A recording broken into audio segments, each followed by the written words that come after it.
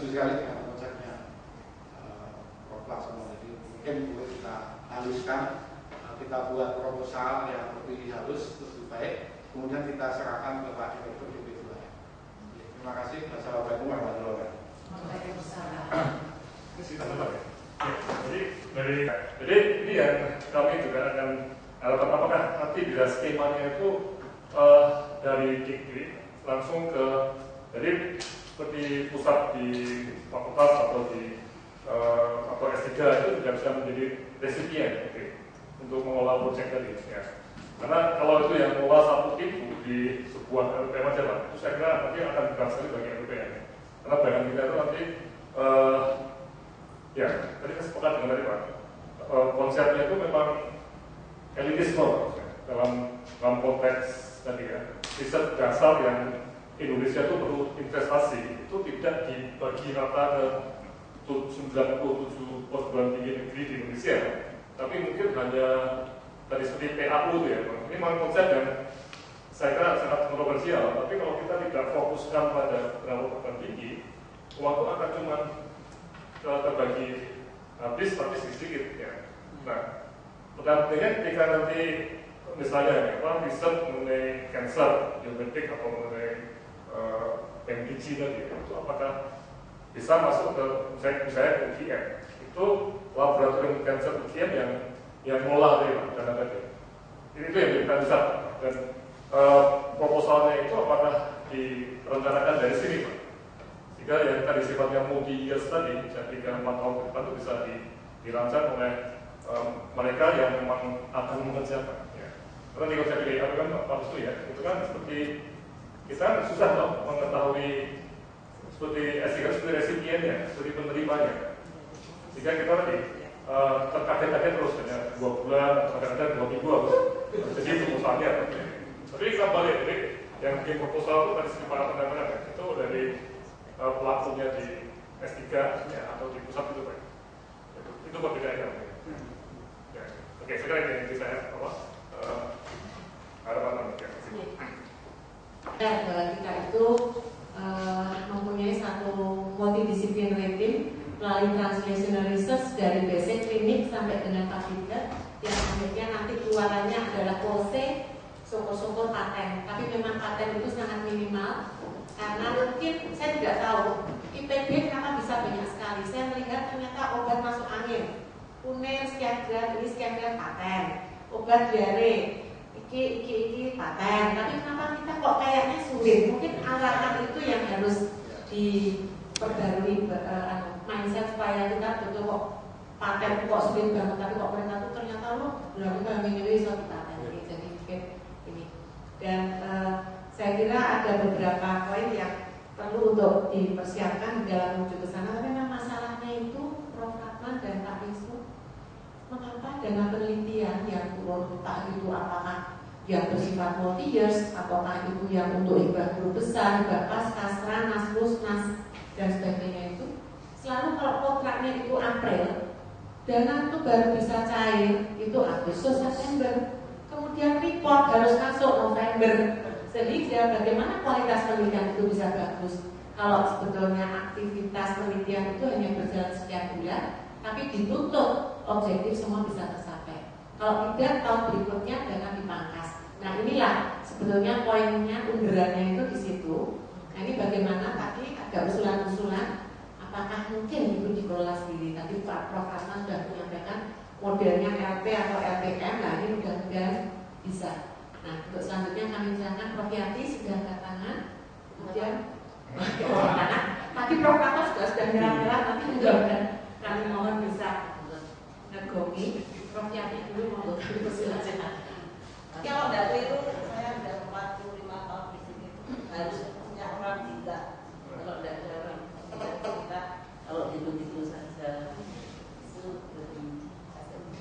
ikut. Nah, dan itu tadi kalau tidak keliru kemudian bahwa bagaimana kita mencapai research university yang ini kalau tidak keliru dengan spesial dari luar kita sudah masuk di dalam satu level ya. Tidak hanya international publication tapi international publication yang banyak diundang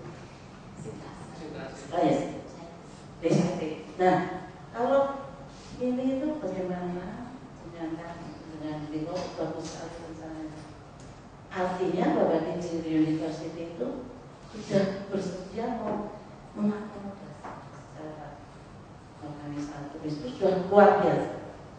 Dan tadi saya masih, wah, tapi yang sudah ada itu, nah bagus Pak Wisnu motret. Hanya kami banyak ada diri sendiri. Apakah potretnya itu sudah memotret kami?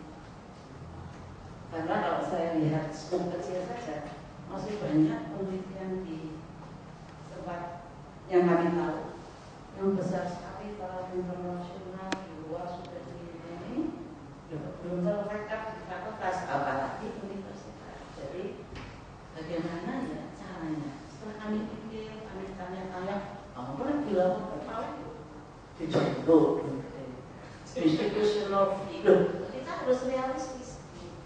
Daripada mereka mencuri, anak kita yang lebih baik sebetulnya, tapi bagaimana?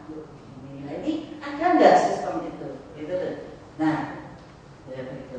Jadi kelihatannya apa yang mau dibicarakan dulu, tapi itu fakta nih. Dan kita di antara fakultas kedokteran di universitas sudah paling atas kan penilaian itu. Lebih kita sudah menerima UI dengan fakultas, dengan pengurus fakultas, dengan datang ke sini dan mendidik fakultas untuk belajar dari kita.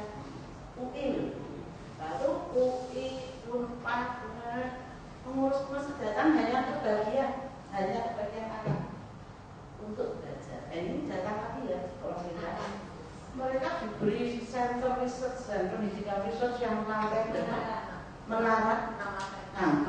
Itu beliau yang jadi jenderalnya SMS. Terus saya tuh difasilitasi untuk datang, dia kan mereka SMS saja ke sini dengan timnya yang luar biasa untuk belajar. Nah ini jadi saya membuat Prof. Laksana yang di sini bagaimana memotret dengan tampilan yang top gitu. Artinya tidak hanya motret itu yang sangat sensitif, kualitatifnya itu harus distudi. Nah ini. Kemudian mengenai tadi Pak, kita itu selalu dari rektor berubah. Tapi insya Allah kemarin waktu MBA itu bagus sekali Pak Rektor dengan wakil rektor itu menunjukkan visi misi. Oh semua pada coba. Kok visinya kok kan misinya padahal dia sudah betul. Visi itu kan dream, itu kita visinya UGM, tapi rektor-rektor dengan timnya ini yang membuat misi bagaimana mencapai visi, sehingga nanti tidak ada itu yang putus di tengah jalan, hanya modelnya. Nah ini, hal seperti ini mudah-mudahan kalau dikawal dengan bagus kita akan terus bisa estafet, tapi juga harus ingat bahwa karena dalam MBA pun ada yang lu kok visinya kok enggak ini misinterpretasi seperti ini siapa yang mau mempertahankan? Kebetulan kami telah jadi ketua klaster dengan teman-teman Profika Seni. Itu yang saya ya sudah berkali-kali ya minta. Sebetulnya harus dites itu. Apakah sudah berhasil itu? Nah, mesti ditetapkan dulu hasilnya. Hasil dari S3 ini sudah mendapat dukungan polisi, sudah punya potret yang bisa dikandidatkan dan reliabilitasnya bagus. Alasan diambil Prof karena lebih profesional. Ada yang banyak sudah ada itu profesional penelitian yang internasional sampai 150-an. Sudah ada 5 mahasiswa 2 dari luar yang sangat prestisius, 3 dari sini. Dari luar itu. Nah ini buat direkam juga di program S3 yang merasakan. Karena mereka itu kan terus tidak masuk S3, tidak masuk itu kan proyek dari program ini. Nah, saya yakin di tempat lain pun banyak. Nah ini, saya kira saya sangat mendukung, senang sekali, bagus sekali karena produk S3 itu bagus. Dan yang saya lihat itu bukannya apa ya, mencari yang dari sumber dari kata yang dikata 30% mestinya sampai sini. Mestinya saya sudah curiga, dia sudah paham bahwa nanti 30% itu sampai sini 20%. Jadi kita tidak pernah akan bisa menikmati. Jadi usaha-usaha yang sudah jadi, yang bisa jauh lebih besar dari itu tuh diopeni Pak, dengan orang-orang yang sudah diopeni bukan diberi uang, orang itu sudah memberi uang, memberi nama, tapi diperhatikan gitu. Nah, kayak kita punya anak itu sederhana, tidak perlu dengan uang itu tidak selalu uang. Saya kira itu Pak Laksana. Jadi sangat mendukung, sangat bagus.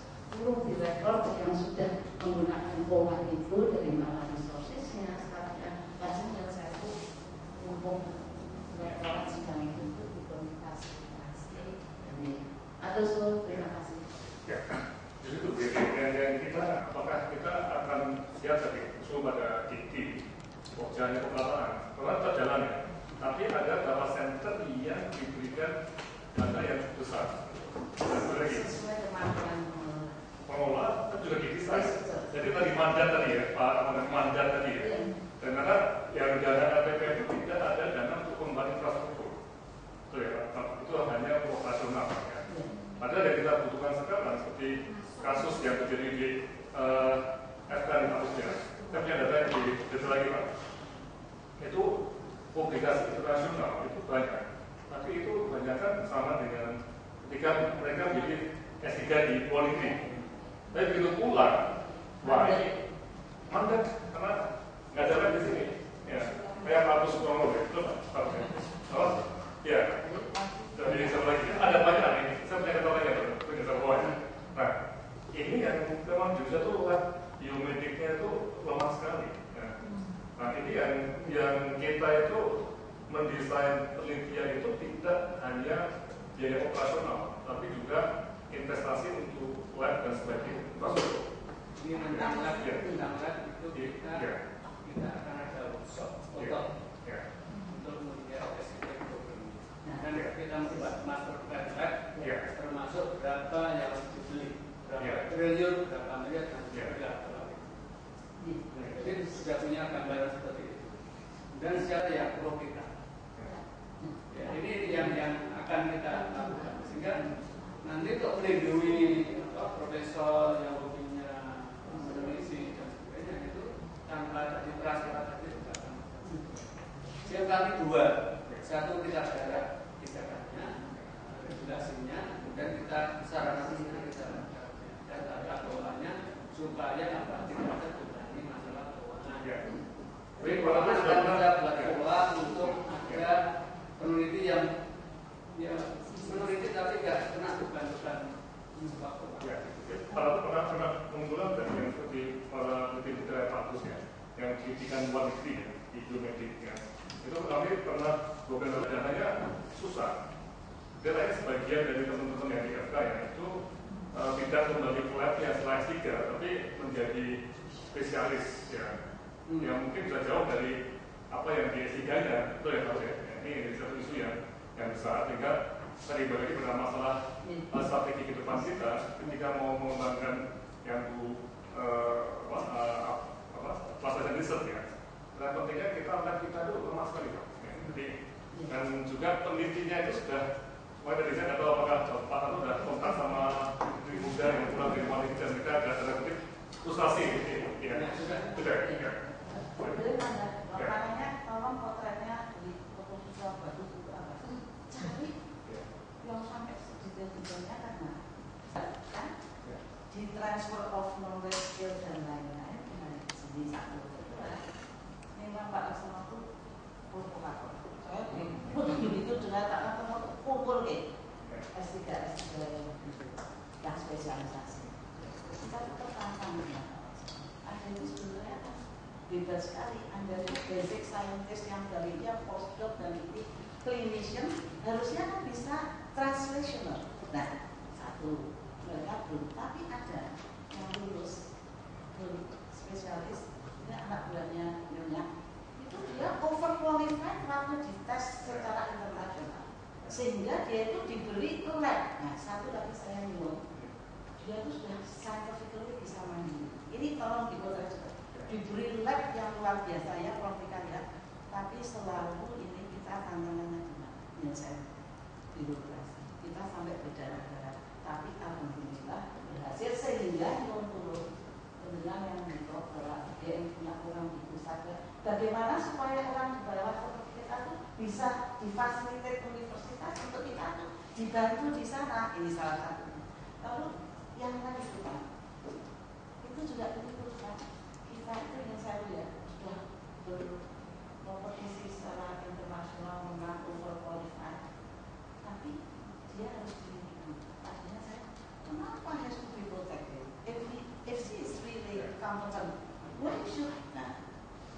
Dia tuh ternyata betul. Ya, komplikan ya. Sampai sekarang kita apa itu? Ini Yang maksudnya kata berarti ya, itu sangat menarik ya. Ketika ini Pak teman ya, kita sudah bertahun-tahun ya. Itu yang di level fakultas, sebenarnya yang dia katakan itu di level bagian bahkan ya. Itu nggak terlihat di level rektorat. Ya, satu program.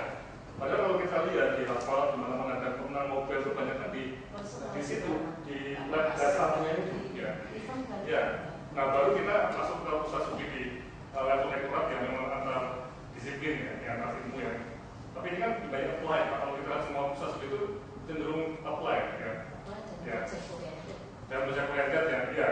Tapi yang ini yang diskusi kami dengan beberapa orang di Jakarta ya, itu memang dosennya siapa yang membayari penelitian yang dasar ya di Indonesia. Karena tadi yang cerita Tuko tadi ini bahasa lalu ke Swedia ya, itu menarik. Memang orang Indonesia kalau mendapat habitat yang bagus itu bisa bagus sekali. Seperti Pak Nami ya, yang di Swedia itu dia luar biasa. Tapi begitu ini masa strategi rektorat Pak, apakah level lab di fakultas di bagian itu tidak disubsidi atau diproteksi Pak? Nah, saya 10 tahun lebih mengelola pusat di level fakultas itu selalu bahkan waktu bikin itu Pak. Saya itu dilarang dulu 15 tahun lalu Pak, dilarang bikin pusat di level fakultas. Karena ADH-nya hanya ada pusat studi di level UGM, level apa di universitas Pak. Loh, kenapa? Pokoknya ini ADH seperti itu, nggak ada di fakultas. Ada cuma nakal-nakal dia udah nggak pakai studi pusat saja. Karena pusat manajemen studinya dilarang supaya tidak terkena aturan rektorat. Nah ini yang menarik ya. Jadi kalau kita kembali ke sidang ke depannya, ya kami berharap itu dalam waktu kembali di 3 bulan lalu ya. Itu jelas bahwa lab kita di fakultas itu lemah sekali ya. Saya nggak tahu ya di teknik ya tapi saya lihat Pak Nizam yang ahli hidrologi ya air ya. Itu kan waktu dia punya bagus tentang pelabuhan ya. Ini sekarang dia sudah tinggal di sana tidak banyak kerjakan dan hidronya beliau yang 10 tahun lalu sangat canggih untuk apa Indonesia sekarang hilang nggak tahu siapa yang